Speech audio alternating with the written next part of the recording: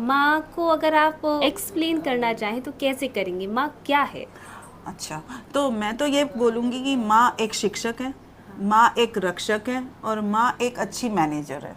क्योंकि जैसे ही बच्चा होता है वो ही सबसे ज़्यादा उसे सिखाती है हर चीज़, चाहे वो ज़िंदगी का पहलू हो चाहे पढ़ाई हो। जी जी। और फिर उसकी रक्षा करती है और उसके बाद पूरे घर को मैनेज करती है और वो अपने बहुत सारे त्याग करती है, ममता, त्याग, ये सब जैसे उसके अक्सर गहने देखा हैं। जाता है कि बेटियों के लिए पिता खास होते हैं, मतलब पिता की हाँ। लाडली होती है, और माँ के लिए बेटे।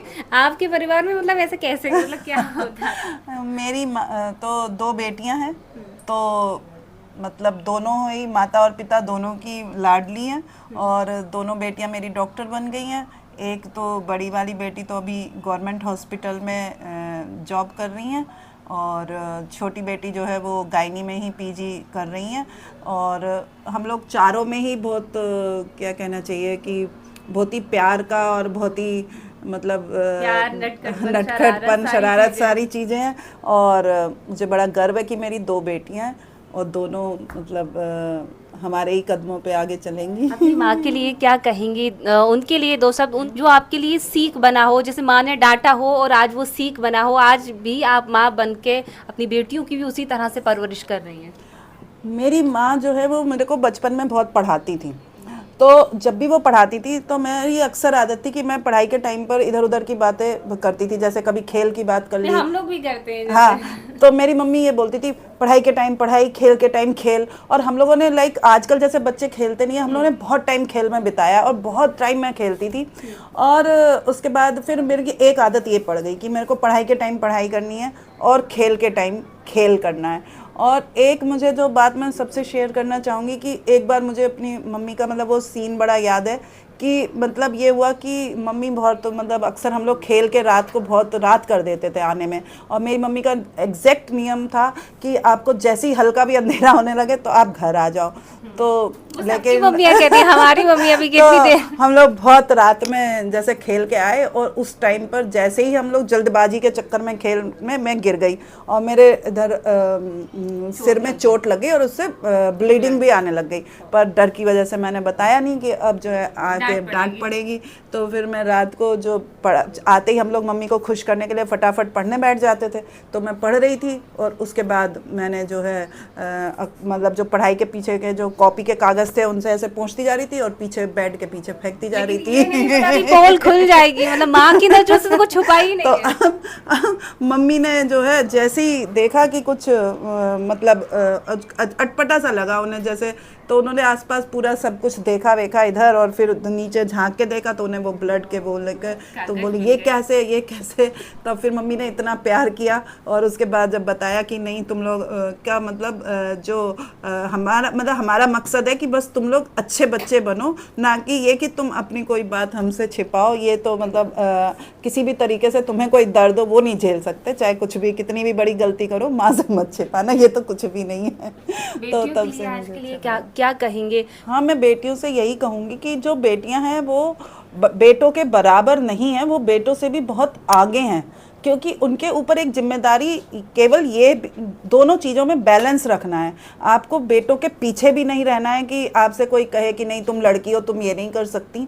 आपको लड़कों के बराबर ऐसे करके दिखाना है, लेकिन आप लड़कों से आगे इसलिए हो क्योंकि आपको एक परिवार को मेंटेन भी करके रखना है। तो क्योंकि ये ट्रांजिशन का टाइम है, इस टाइम पर हम लोग मतलब अगर बेटियां ये कहें कि नहीं हम बराबरी ही करेंगे, परिवार अगर विघटित होता है तो विघटित हो, तो ऐसा नहीं है। और लड़के भी अब समझने लग गए हैं। तो मतलब माँ बाप की आज की जनरेशन के जो पेरेंट्स हैं उनकी जिम्मेदारी है कि वो बेटों को सिखाएं कि उन्हें बेटियों की इज्जत कैसे करनी है और बेटियों को सिखाएं कि तुम्हें बेटों के बराबर तो रहना है, लेकिन एक परिवार का मान सम्मान का सबसे ज़्यादा ध्यान वो बेटी ही रख सकती है, अच्छा, चाहे वो अपना हो चाहे बेटे का। मदर्स डे है तो क्या माँ की इज्जत, माँ का सम्मान या माँ के लिए स्पेशल फील कराना केवल एक ही दिन या हर दिन? नहीं, ये एक जो हर चीज़ के आजकल दिन बन गए हैं, father's day, mother's day, teachers' day, doctors' day. तो उस दिन हम लोग बस एक दिन देते हैं कि उस दिन हम उन्हीं लोगों को एक अलग से मतलब मान सम्मान करें और याद करें कि वो लोग बहुत इम्पोर्टेंट है हमारे समाज के लिए। अदरवाइज़ तो माँ का दिन तो हर दिन होता है। और मेरी माँ अभी हैं और मेरे साथ ही रहती हैं। तो और मतलब मुझे उन्हें देख के बड़ा अजीब लगता है कि जब हम छोटे थे तो जब माँ मतलब कैसे हम लोगों के एक स्तंभ के रूप में कभी डांट रही हैं, कभी प्यार कर रही हैं, कभी हर चीज़ के लिए आगे लेके जा रही हैं, और अब उन्हीं को बेड पे देखकर या थोड़ा वीक देखकर ये लगता है काश ये अभी वैसे ही दौड़े, वैसे ही कहीं ना चले। कहीं जैसे अगर हम लोग ये देख रहे हैं कि आज के व्यस्त जीवन में लोग अपने माता पिता के साथ समय नहीं बिता रहे हैं, उनकी सेवा नहीं कर रहे हैं, उनके साथ, क्योंकि सबसे बड़ी चीज़ फ़ोन ने इतना लोगों को ऐसा कर दिया है कि हर घर में 4 फ़ोन है, रिश्तों में एक ऐसी दूरियां बन गई हैं। तो क्या कहेंगी आप? देखो, हमें टाइम के साथ तो चलना ही पड़ता है ना। तो अगर समय के साथ जैसे मैं करती हूँ, तो मैं अपनी मम्मी को भी मैं उनको एक फ़ोन देती हूँ, उनको वीडियो कॉल सिखाती हूँ और वीडियो कॉल, हाँ, वीडियो कॉल करवाती हूँ, जिससे कि वो भी ज़माने के साथ चलें, क्योंकि वो ज़माने के साथ अगर नहीं चलेंगे तो फिर वही बात है कि आप सब लोगों की लाइफ इतनी बिजी हो जाती है, टाइम नहीं दे पा रहे। वो मेरे साथ तो सबसे ही ज़्यादा है, तो इसलिए मैं उनका मतलब हर तरीके से इस तरीके से उनका माइंड मेकअप करती हूँ कि मतलब आपको समाज के लिए उपयोगी जब तक आप हो, तभी समाज आपको मतलब इज्जत करता है। तो इसलिए मैं सबसे जो भी ओल्ड एज है, हम उनकी मतलब मैं वर्क करना चाहती हूँ उनकी लॉन्गेविटी के लिए, यानी कि जब आपकी एज बढ़ रही है तो उस टाइम पर आप अपने आप को एक्टिव रखें। मतलब कि जैसे कि हम लोग, मैंने एक जगह पढ़ा था कि जैसे हमारे इंडियंस कहीं जाते हैं तो हम लोग के यहाँ भी मतलब एक चला आ रहा है कि हम लोग अपने पेरेंट्स को अपने साथ रखना पसंद करते हैं, हम उनकी इज्जत करना पसंद करते हैं।